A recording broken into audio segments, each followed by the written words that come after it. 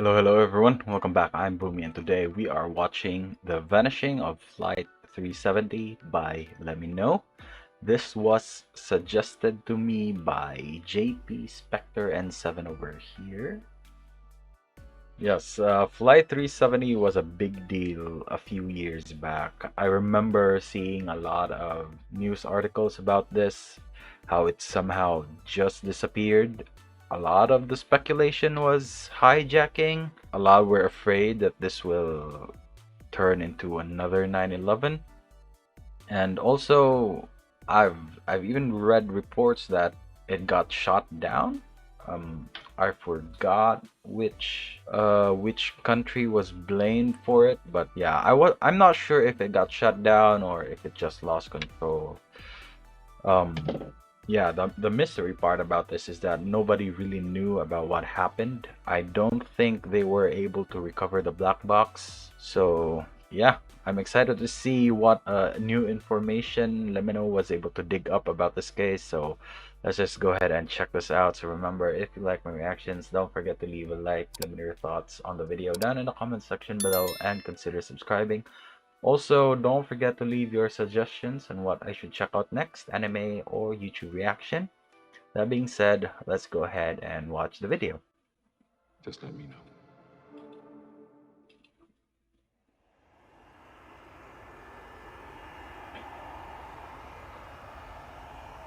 Malaysia.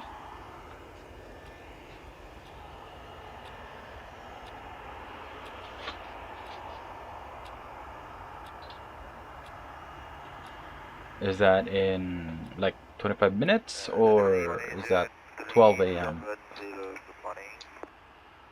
Okay, so it's 12 a.m. At Kuala Lumpur International Airport, a Boeing 777 is preparing for departure. Malaysian 370, request level. 370, we are ready, requesting flight level 350 to Beijing. Malaysian Beijing. Airlines Flight 370 is a daily passenger flight between Kuala Lumpur, Malaysia and Beijing, China. 370, 32 right of takeoff. Nice. That's alright, Malaysia, Malaysia 370, thank you. 42 minutes past midnight, Flight 370 is given clearance to depart. On board are Captain Zahari Ahmad Shah, First Officer Farik Abdul Hamid, 10 cabin crew members, and 227 passengers. Ooh, that's a lot of people to suddenly disappear. Malaysian 370, Lumpur radar, good morning, climb flight level 250. Morning, level 250, Malaysian 370. Malaysian 370, climb flight level 350. Climb level 350, Malaysian 370. Less than an hour into the flight, the plane is cruising over the South China Sea at an altitude of 35,000 feet. The night sky is clear and the weather is calm. Flight 370 is then instructed to signal air traffic control in Ho Chi Minh, Vietnam, as it is about to enter Vietnamese airspace. The flight controller in Kuala Lumpur says goodnight, with no sign that anything should be amiss. Malaysian 370, maintaining level 350. Malaysian 370. Malaysian 370, maintaining level 350. Man, and the crazy thing is that this happened on the dead of night, right? So I don't think there will be a lot of them, well, in terms of information that they can go off, except radar, I believe. I mean the air traffic controllers. They, it's very hard to spot a plane even with their lights on in the dead of night. So they're just gonna have to refer to radar just to find the plane. Malaysian 370. Malaysian 370, contact Ho Chi Minh 120.9. Good night. Good night, Malaysian 370. 1 minute and 43 seconds later, the aircraft suddenly vanished from radar screens at Kuala Lumpur, Ho Chi Minh, and Bangkok. Yeah? This form of positional tracking depends on a signal being emitted by one of two transponders aboard a plane, and so its disappearance would suggest both transponders ceased to function, or the system was manually deactivated by someone on board. All subsequent attempts to contact and ascertain the whereabouts of Flight 370 are unsuccessful. the aircraft has seemingly vanished without a trace. After Yeah. missing its scheduled time of arrival in Beijing some 4 hours later, Flight 370 is officially declared missing. And in the wake of that announcement, the most Woohoo. expensive search effort in aviation history is about to commence. Oh, man, imagine a whole plane gone missing. People must be sweating.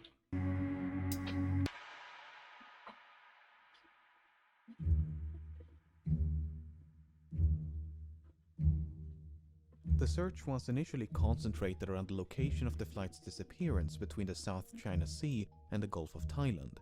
The search area was soon expanded, however, after the Malaysian military disclosed additional information. Unlike the radar system employed by air traffic control, long-range military radar does not rely on transponders but use reflectance to track the position of aerial targets. A review of the data collected by the Malaysian military revealed that moments after contact with Flight 370 was lost, the aircraft had deviated from its scheduled flight path with a subtle Oh turn to the no. right, followed by a prolonged turn to the left. The aircraft had then flown back towards and across the Malaysian peninsula before turning right near the island of Penang. It maintained this northwest. Oh no. Is this gonna be hijacking? Cause damn that. This I don't think this is another attempt of like bombing a building or something, but just based on this information, it kind of looks like it did. Westerly heading, I guess it we'll would escape the know radar's more about it. coverage. Over the next few days, the Strait of Malacca, the Andaman Sea, and the Bay of Bengal was scoured by a multinational fleet of aircraft and vessels, but there was no trace of Flight 370. Meanwhile, investigators began to analyze the aircraft's satellite communication records. Like all modern airliners, Flight 370 was equipped with a satellite communications terminal, or SATCOM, to send and receive transmissions to and from the ground. Prior to departure, the SATCOM terminal had logged onto the satellite network and established a connection with a ground station in Perth, Australia. That station then maintained a detailed That's record of far all the away. incoming and outgoing traffic between it and Flight 370. This is what it contained. Prior to the flight's disappearance over the South China Sea, everything appeared to be working as intended. Then, at some point during this portion of the flight, the SATCOM link was severed. For whatever reason, the terminal ceased to respond. But 3 minutes after the flight vanished over the Andaman Sea, the terminal requested to log back onto the network. The SATCOM link was successfully re-established and was not disrupted again until nearly 6 hours later, when the flight is presumed to have 6 crashed hours. due to fuel exhaustion. Wow. That During is a these long final time. hours, 2 attempts were made to contact the plane via satellite telephone. Both calls were acknowledged by the SATCOM terminal and would have been routed to the cockpit. Yet, they went unanswered. The terminal had also responded to 5 automatic status requests. In short, if the ground station had not heard from the aircraft in over an hour, it would transmit a signal to confirm the terminal was still online. While these transmissions did not contain any information about the flight's position, investigators were able to measure the distance between the satellite and the aircraft at the time of each transmission, based on how long it took those transmissions to be sent and received. This generated 7 rings of possible locations from which 7 of these Whoa. transmissions are thought to have originated. By taking fuel consumption, speed, and other factors into account, flight path analysis indicated the most probable origin of the final transmission to be somewhere along this arc in the southern Indian Ocean. The search That is effort so shifted far away. accordingly, and as the region fell within the jurisdiction of Australia, the Australian government took charge of the operation. Over the next few weeks, the search area was progressively refined to account for oceanic drift as well as improved estimations of the flight path. But this part of the southern Indian Ocean is so remote it took 6 days just to get there. A new fleet of aircraft and vessels gradually covered more than 4.5 million square kilometers of ocean, but Flight 370 was nowhere to be found. Wow. It's crazy, right? It's like the thing that you keep hearing about that uh we've we've explored a lot more of the space around us. Space, I mean outer space around us, than we have our ocean. So that makes you think how many secrets the oceans are truly hiding from us. If the impact with the ocean had been sufficiently forceful, it was possible the resulting sound had been recorded by underwater listening devices known as hydrophones. This possibility was investigated, and 4 hydroacoustic monitoring stations had recorded something.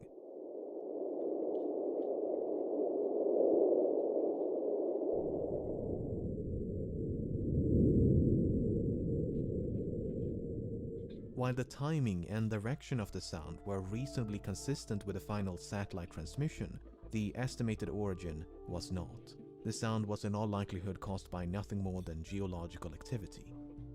Flight 370 was also equipped with 2 underwater locator beacons which had a battery life of some 40 days, and as the deadline approached in early April, signals with a pulse and frequency somewhat similar to the signal emitted by the beacons were detected Of at depths of up course. to 3,000 meters. An autonomous submersible then spent weeks scanning the seafloor where the signals had been detected, but no wreckage was ever found. Damn.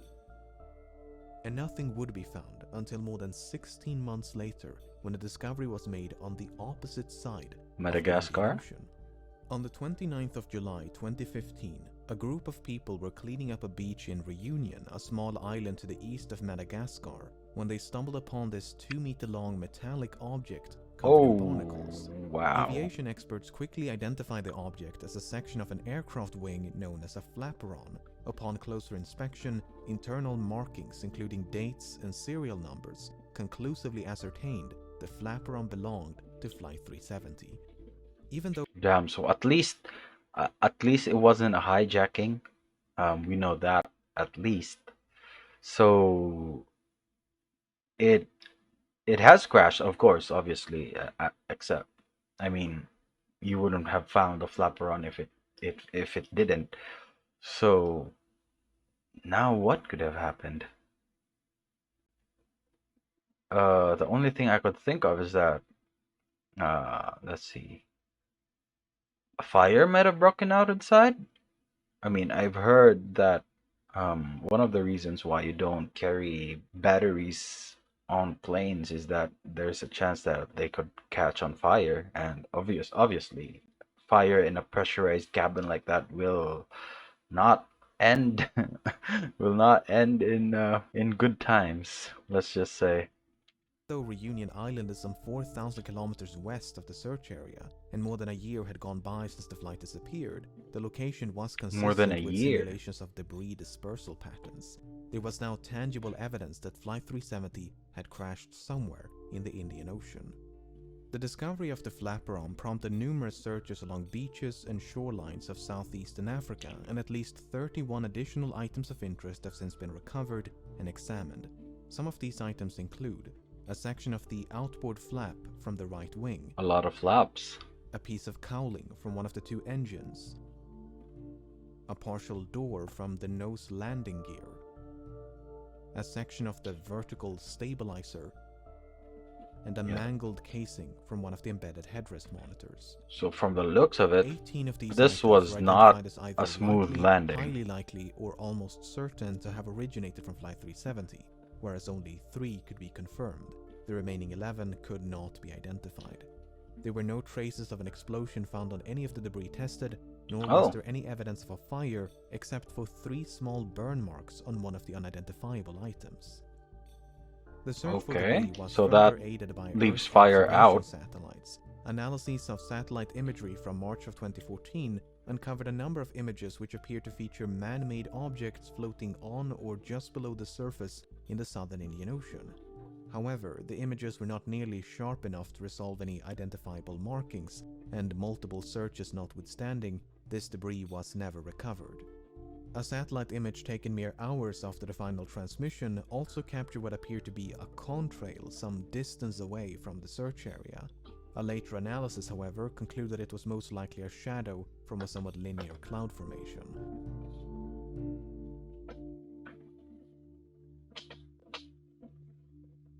The underwater portion of the search continued for months and eventually years before it was finally suspended in early 2017, by which point some 120,000 square kilometers of seabed had been scrutinized.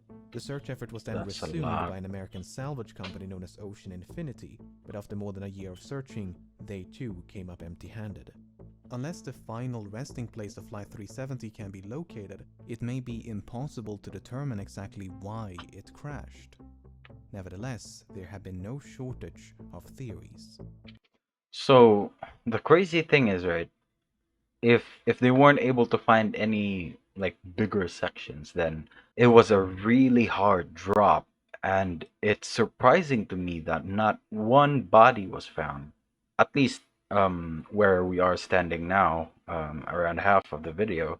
It's really surprising that there were no bodies floated ashore or something, because that's the real mystery right there as to what really happened. Yeah, well, what if the plane itself, if we still assume that it was hijacked, what if it was a kidnapping attempt? Like there was a high value target in one of the passengers, and then they landed a plane, grabbed everyone out, especially the person of interest, and then just flew the plane back up and presumably left it there and then jumped off the plane like DB Cooper did. I don't know. That's just my.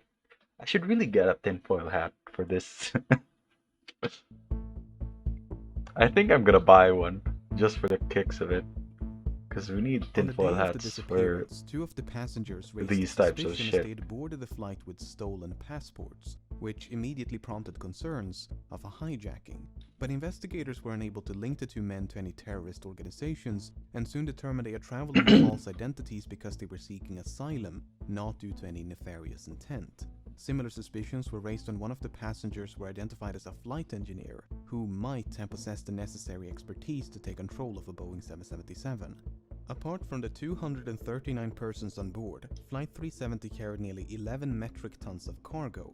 Among the items listed on the flight manifest was a shipment of lithium-ion batteries. Ah, here we go. Which led some to Batteries. suspect a fire might have broken out mid-flight. Mm-hmm. For instance, the crash of UPS Airlines Flight 6 in September of 2010 was the result of a fire that was ignited by a pallet of lithium-ion batteries.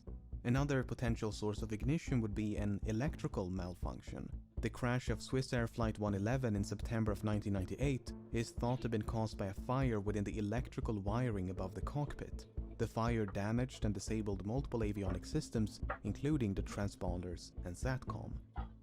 In the case of Flight 370, the sudden loss of communication and subsequent deviation from its scheduled flight path might have been a direct response to a fire. The two pilots may have turned back towards Malaysia to attempt an emergency landing at the nearest suitable airport.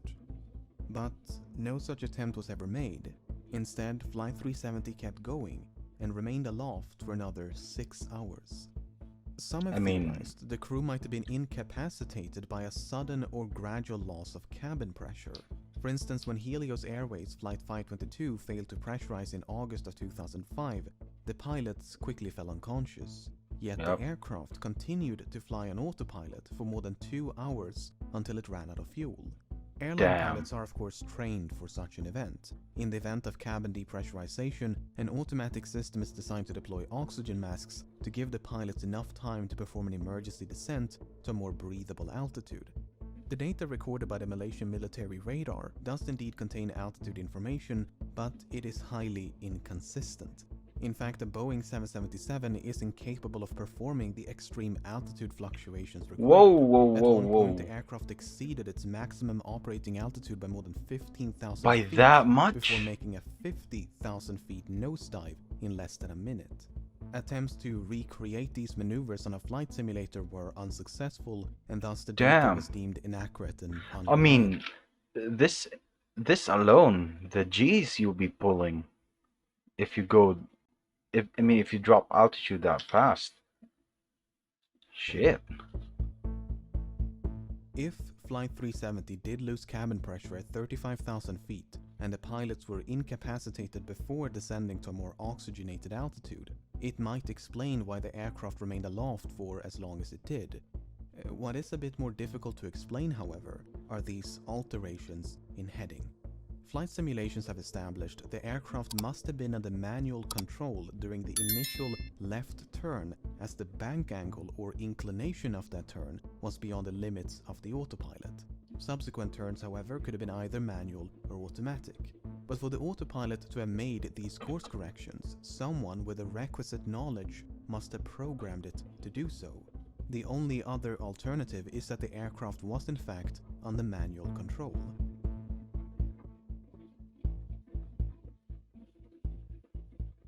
Hijacking is still not off the table, I guess. In late June of 2014, several news outlets reported that a special investigation had identified the captain of Flight 370 as a prime suspect. A search of the captain's home had uncovered a flight simulator which supposedly contained a suspicious route which ended in the southern Indian Ocean.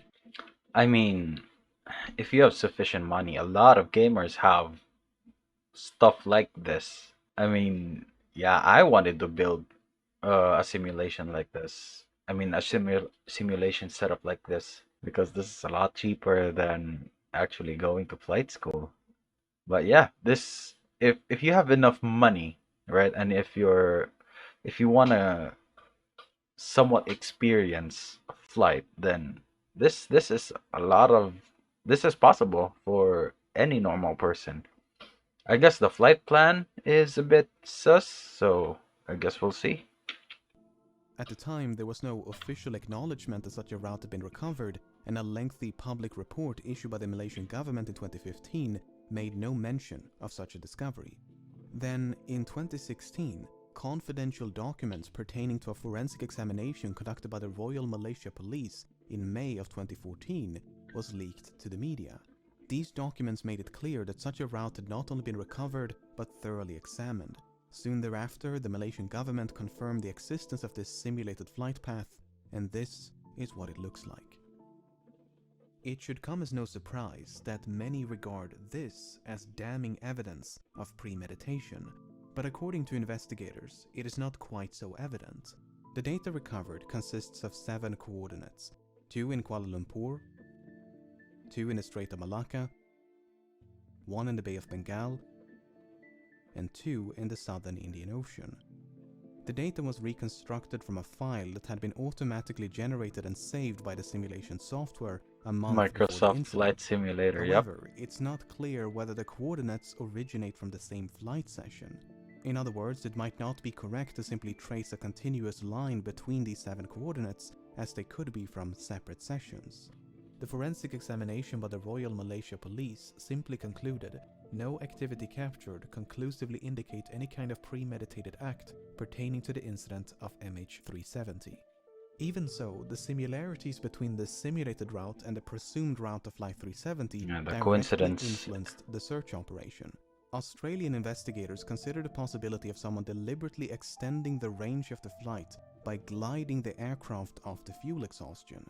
If so, the plane could have traveled an additional 200 kilometers. Alternatively, the range could have been reduced by a controlled ditching prior to fuel exhaustion.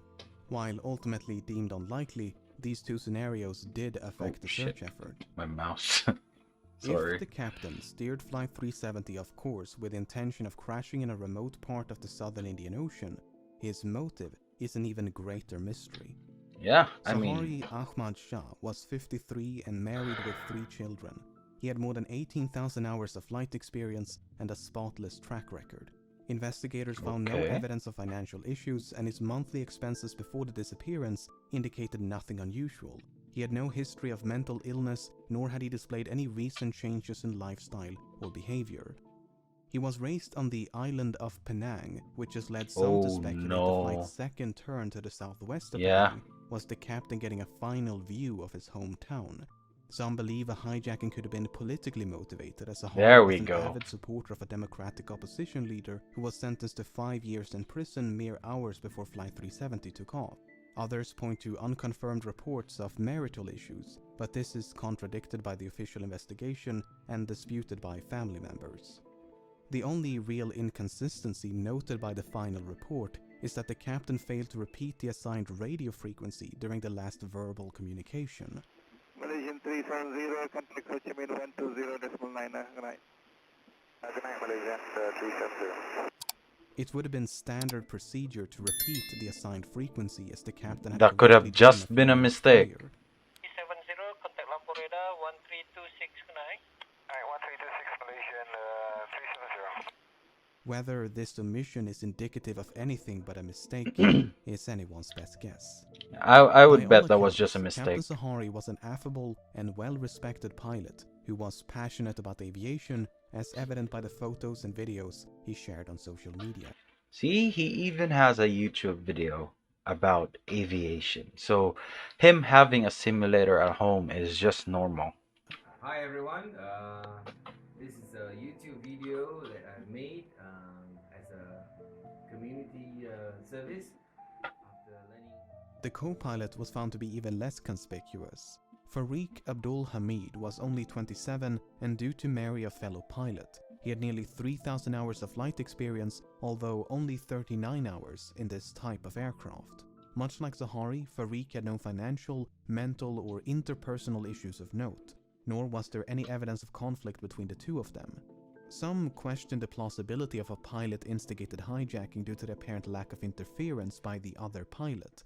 Well, when Ethiopian Airlines Flight 702 was hijacked by the co-pilot in February of 2014, Oh, I he didn't did know so by about merely this. waiting for the captain to take a bathroom break before locking the cockpit door behind him. The co-pilot was then free to divert the Italy-bound flight to Switzerland to seek asylum. The only noteworthy piece of evidence in regards to the co-pilot of Flight 370 is his phone. You see, when the confidential documents were leaked, they also confirmed another long-circulated rumor, namely that a cell phone tower had briefly established a connection with an iPhone 5S belonging to the co-pilot as Flight 370 approached the island of Penang. According to investigators, it was not a phone call as has been widely reported by the media, but merely an automatic location signal. Why this information was Just a ping. omitted from public reports, we may never know. So what is one to make of all of this? On the one hand, the simulated flight path seems suspicious. On the other, it is difficult to cast any substantial doubt on either of the two pilots' character. It is equally difficult to deny a hijacking is consistent with the available evidence. Then again, we're missing some quite major and literal pieces of evidence. The final report issued by the Malaysian government in 2018 could not attribute the loss of communication nor diversion of Flight 370. Man, it's still crazy to me that we were able to get some parts of the plane, and a lot of them are still speculated to be unsure if they were from Flight 370, but it's just crazy that there was not a single body that floated ashore from the flight. To a malfunction. Instead, it is believed that someone manually manipulated the aircraft and its systems. For instance, investigators believe SATCOM was manually disabled by a sudden and prolonged interruption of power. Then, once power was restored, the terminal simply rebooted. Likewise, the alterations in heading are believed to be the result of manual inputs. With that being said, the uncertainty of these findings are repeatedly emphasized due to the limited evidence available, and the report does never explicitly state the flight was hijacked. In fact, no real conclusion is reached. Both the Malaysian and Australian government agree that Flight 370 crashed in the southern Indian Ocean, but that the cause is indeterminable without the wreckage, the location of which has managed to elude some of the foremost aviation experts in the world, as well as an impressive arsenal of cutting-edge technology for more than half a decade. Yeah. Authors, aviation experts, and independent investigators have all chimed in to offer their own thoughts and theories as to the nature of the crash and the location of the wreckage. Some believe there was no crash, but that the aircraft was shot down by an American naval base in the middle of the There we Indian go. Ocean. The I've heard this theory before that it was shut down. satellite transmissions were then supposedly forged as part of a massive cover-up. Others believe the aircraft turned right Cover up for towards what, India though? and traveled as far north as Kazakhstan, completely undetected. Debris was then supposedly planted along shorelines of southeastern Africa I as part highly of a doubt massive that. cover-up. Another theory suggests the aircraft was remotely hijacked and controlled by someone on the ground, while Can you even do that? I guess. Wait, let me think. Well, yeah, modern planes are mostly computer controlled, so I guess you can hack. If anything, you can probably just manually hack it. Boeing and other companies have experimented with technology that would allow for an aircraft to be remotely controlled, no commercial airliner is known to be outfitted with such a system. Oh, okay then. There we go. On the less conspiratorial side, the assumption that Flight 370 flew in a straight line and at a constant speed after turning left towards the southern Indian Ocean might simply be incorrect. In early 2018, a French team of independent investigators proposed an alternate flight path, whereby an attempted landing on Christmas Island led to a crash site much further north than the region identified by the official investigation. While a surface search of this area was conducted about a week after the disappearance, the underwater phase never reached this far north. Ooh, that is interesting. So they never bothered to search this place?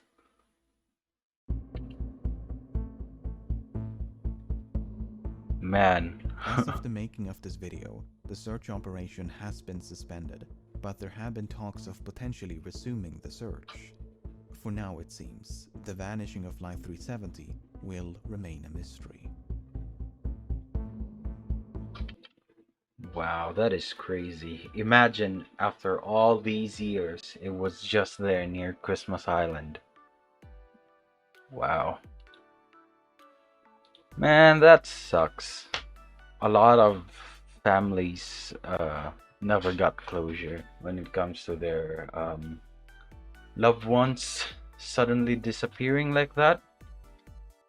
I mean, it's one thing to know that a relative died from a plane crash. It's another to receive news that they didn't even found a body or anything. It just disappeared like that. That is crazy to me. Then again, it is the ocean. If they haven't floated away within 1 or 2 months from the plane crash, then the fishies probably got to them first. If we're being honest, that's why we never found any bodies. So yeah, that just sucks. Hopefully that in the coming years they decide to revisit this again, because I'd be interested to know if they probably would have come up with a much better result now, especially with all the latest tech. So yeah, that sucks. Oh well, but that's gonna be it for me today, guys. Link to my Twitter is down in the description below. Go ahead and check it out if you want to. And if you're new here and enjoyed the video, don't forget to hit the like. Let me know your thoughts on the video down in the comment section below, and consider subscribing. Also, don't forget to leave your suggestions on what you should check out next, anime or YouTube reaction. Leave them down in the comments. That being said, thank you so much for watching, and I'll see you all next time. Bye!